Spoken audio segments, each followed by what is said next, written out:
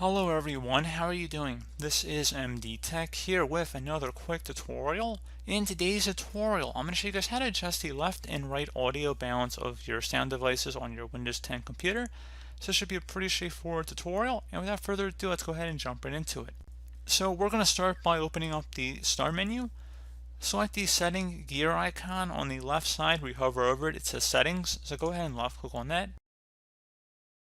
Select the System tile, just left click on it. Select underneath System, select Sound, and then where it says choose your output device, click inside the drop down for whatever output device you want to adjust this for, and then select Device Properties. At this point there would be an option to adjust the balance for the left or the right. There would be a slider bar that you can adjust.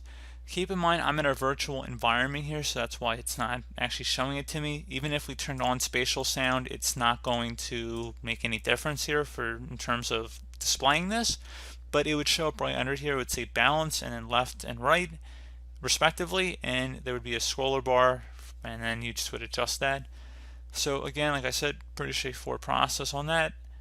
So that's pretty much it, guys. At that point you just would close out of here.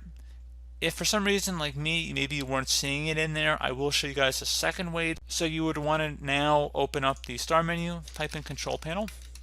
Best result should come back with Control Panel, so go ahead and left click on that. Select the View By and then Large Icons. Select Sound.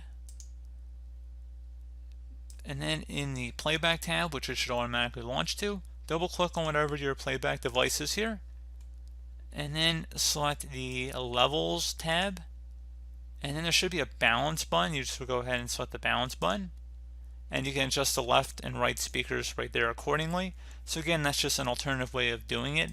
Pretty straightforward process, guys, on how to do this. And as always, thank you for watching, and I do look forward to catching you all in the next tutorial. Goodbye.